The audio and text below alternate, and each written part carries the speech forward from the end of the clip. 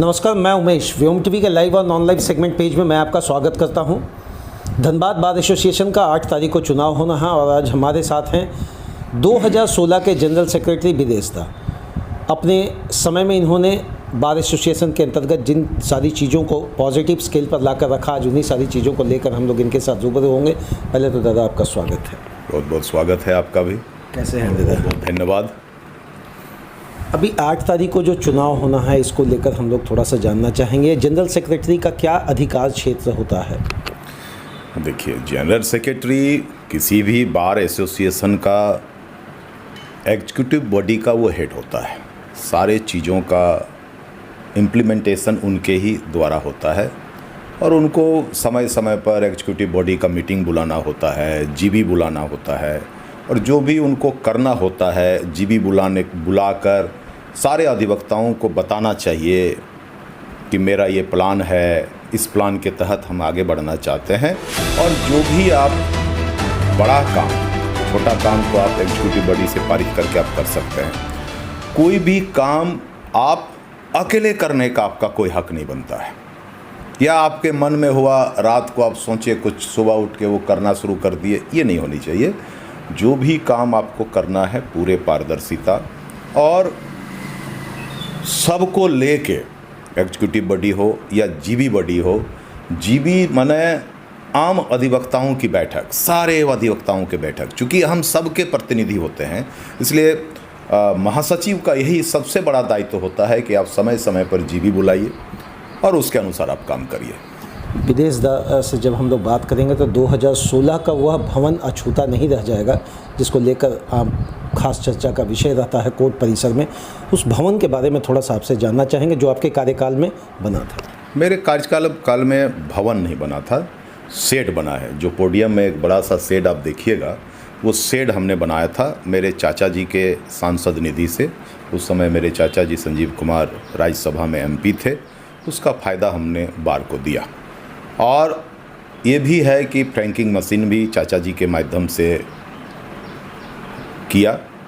सारे राज्य में सभी बार एसोसिएशन में फ्रैंकिंग मशीन लगवाया गया है। अच्छा विदेश, दूसरे सारे वकीलों से आप अलग कैसे? अभी वोटिंग की बात आएगी, 2300 वकील को अपनी तरफ लाना है, उनके भविष्य निधि को आपकी कलम के द्वारा संजो कर के रखने वाली बात होती है, तो ये 2300 वकील आपकी तरफ क्यों घूमे? देखिए, बड़ा अच्छा सवाल है आपका, बहुत अच्छा लगा हमको। यहाँ यदि सच कहा जाए तो दूसरे वकीलों से हम लोग अलग बिल्कुल नहीं है। हम भी वकील हैं, वो भी वकील हैं। अब किसी को चुनाव लड़ने की इच्छा होती है और सारे स्वतंत्र है चुनाव लड़ने के लिए, कोई भी चुनाव लड़ सकता है। जो भी मॉडल रूल का जो नियम है, बार कौंसिल का जो डायरेक्शन है, बार कौंसिल का जो नियम है, उसके अनुसार सारे लोग चुनाव लड़ने के लिए स्वतंत्र है। हमने भी लड़ा, एक बार और जीता, तो हम अलग नहीं हैं, हम भी वही हैं। हम भी उन्हीं के जैसे हैं।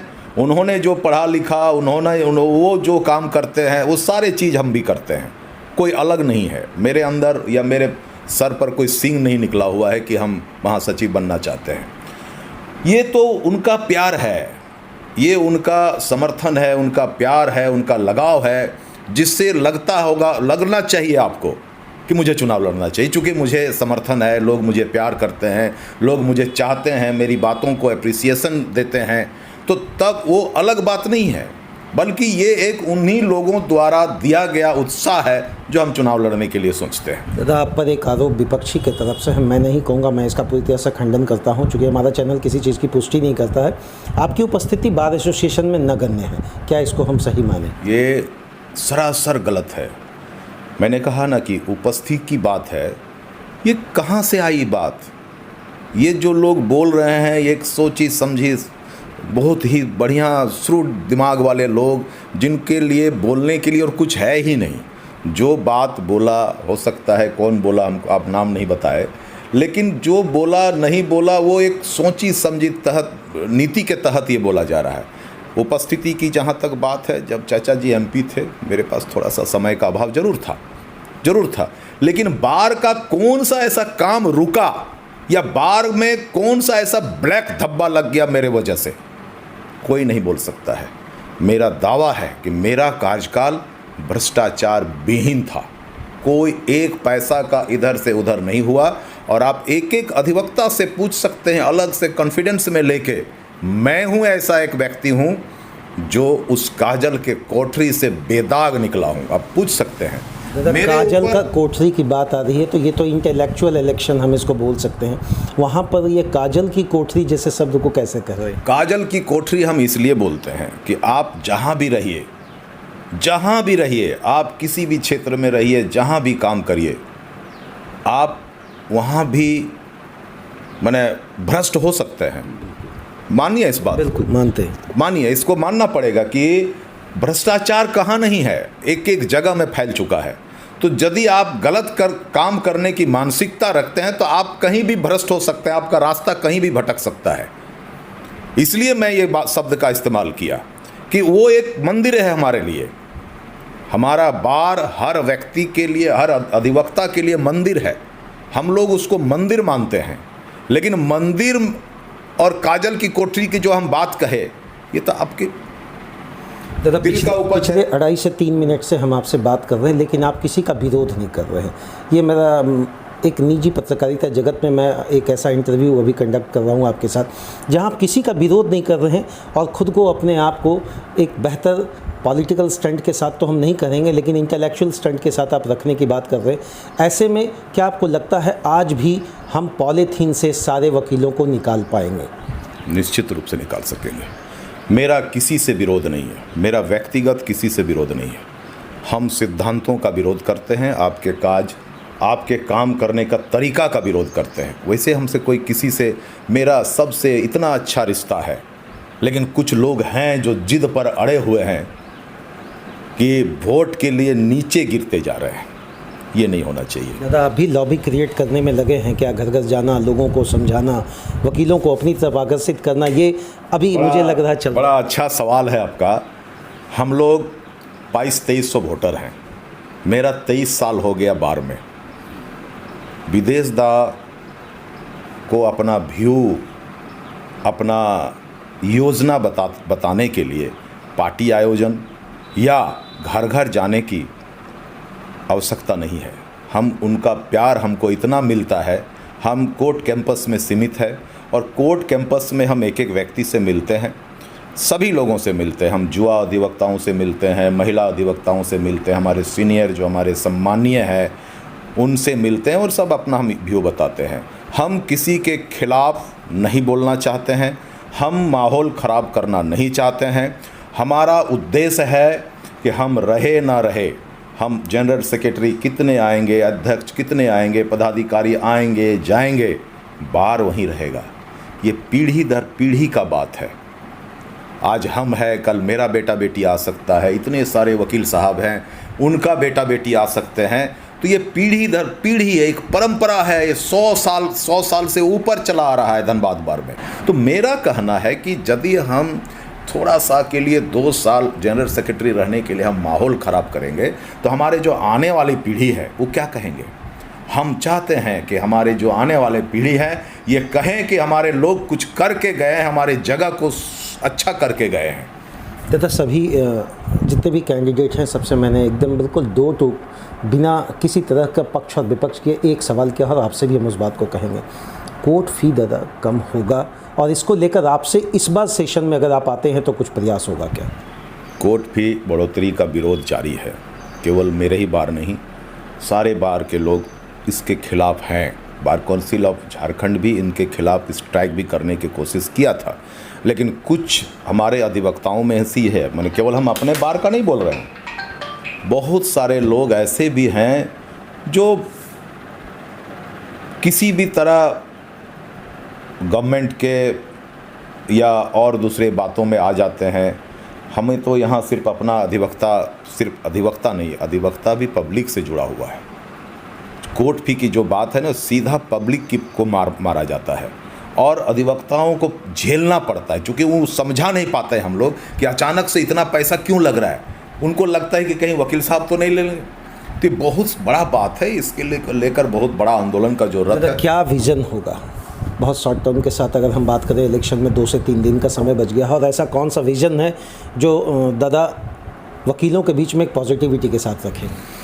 देखिए, बार जो भी है, डिस्ट्रिक्ट बार जहाँ जहाँ है या वकीलों का संगठन जहाँ जहाँ है, उनका विकास का परिभाषा बिल्कुल अलग है। हम सिर्फ बिल्डिंग खड़ा कर देंगे, हम सिर्फ कुछ बना देंगे, बड़ा बड़ा कुछ बना देंगे, वो दैट इज़ नॉट एनफ। हमारा उद्देश्य ये होना चाहिए कि जो मूलभूत सुविधा है, जो फंडामेंटल फैसिलिटी है, जिनको मिलना चाहिए, जो वकील साहब सुबह सुबह नहा धो के पूजा पाठ करके काम करने आते हैं बड़ा फ्रेश होके, और उनका जगह फिर वही गंदगी, कुछ भी व्यवस्था नहीं है, वो नहीं। जो जहाँ बैठेंगे प्रॉपर व्यवस्था होगी सफाई का, हम सफाई कर्मी का भर्ती करेंगे, और सीटिंग अरेंजमेंट बेहतरीन होना चाहिए। दादा, इसको लेकर बहुत बवाल मचा। मुझे लगता है शॉर्ट टर्म में रूम आवंटन को लेकर हर एक वकीलों में कहीं न कहीं नाराजगी रही। उधर आ रहा हूँ। सीटिंग अरेंजमेंट बहुत ज़रूरत है। हर व्यक्ति को सीट मिलनी चाहिए, हर अधिवक्ता को। हर अधिवक्ता का अपना एड्रेस कोर्ट में होना चाहिए, जिसमें वो विजिटिंग कार्ड में लिखे, और वो वहाँ पर, अब जब वहाँ पर वो बैठेंगे तो उनको मूलभूत सुविधा मिलनी चाहिए। बिजली मिलनी चाहिए, पानी का व्यवस्था होना चाहिए, शौचालय का व्यवस्था होना चाहिए, और साफ़ सफाई का व्यवस्था होना चाहिए। जो भी व्यक्ति आते हैं, हमारे जूनियर अधिवक्ता, मैं उनसे कहना चाहता हूं, उनसे आह्वान करना चाहता हूं, चूँकि सबसे भेंट नहीं हो पाती है, जो लोग भी बड़ा अरमान और बहुत बड़ा बड़ा सपना लेके यहाँ आते हैं। जब पहली बार कोर्ट हमने भी पढ़ा था ना, तो वैसे ही बड़ा सपना लेके हम आए थे कि बड़ा वकील बनेंगे, नाम कमाएंगे, पैसा कमाएंगे, सब यही सपना लेके आते हैं। तो उनको, उनके सपना पर हम पंख कैसे लगा सके, ये बार को सोचना चाहिए।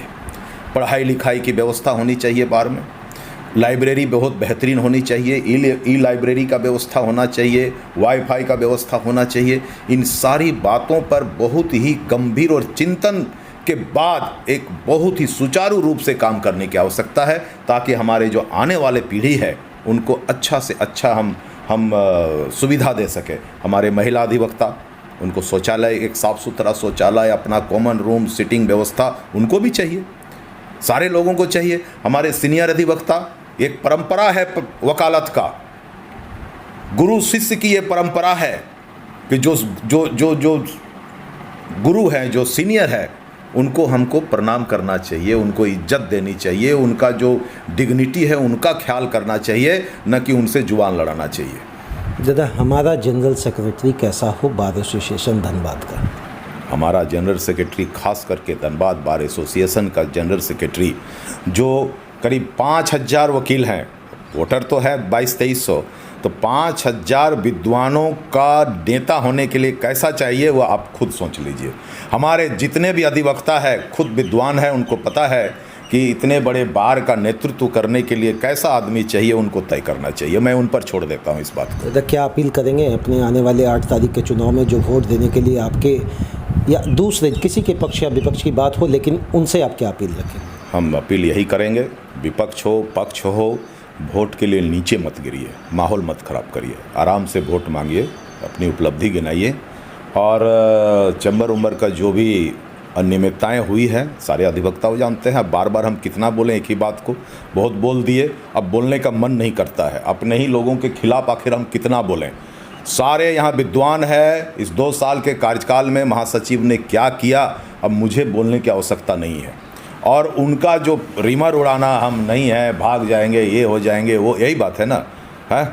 हम चुनाव के समय आते हैं, ये तो हमारे वोटर जवाब देंगे कि आप आते हैं तो आके आप कितना बड़ा पहाड़ फोड़ दिए, ये तो समय बताएगा।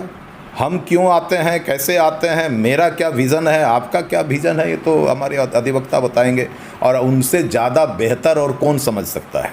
हमारे जितने भी वोटर हैं विद्वान है, इसलिए इस पर तो कोई बोलना ही बेकार बात है। बहुत अच्छा है आप, हम तो, मेरा पूर्ण विश्वास है कि इस बार धनबाद बार एसोसिएशन के जितने भी महान अधिवक्ता हैं, विद्वान अधिवक्ता हैं, हमको बहुत ही प्रचंड वोट से जिताने जा रहे हैं। धन्यवाद दादा, बहुत बड़ी बात इन्होंने कहा है। आप जिस तरीके के हैं, जिस समाज, जिस धर्म, जिस जाति, जिस गोतिया, जिस राज्य से हैं, आप एक वकील हैं और वकील की गरिमा अपने आप में बहुत बड़ी बात होती है, क्योंकि आम जनता जब किसी प्रकार की तकलीफ में होता है और कराता है तो केवल वकील ही उसको मॉरल से लेकर सामाजिक हर जगह उसको स्टैंड रखता है। धन्यवाद दादा, बहुत बहुत आपका मेरी तरफ से तो यही शुभकामना होगी कि हर वकीलों के दर्द को आप समझें। बिल्कुल बिल्कुल बिल्कुल, आपको भी बहुत बहुत धन्यवाद। मैं वकीलों के साथ खड़ा हूँ, रहूँगा, और ये 2 साल 24 घंटा मैं वकीलों को दूंगा और बार को दूंगा। धन्यवाद।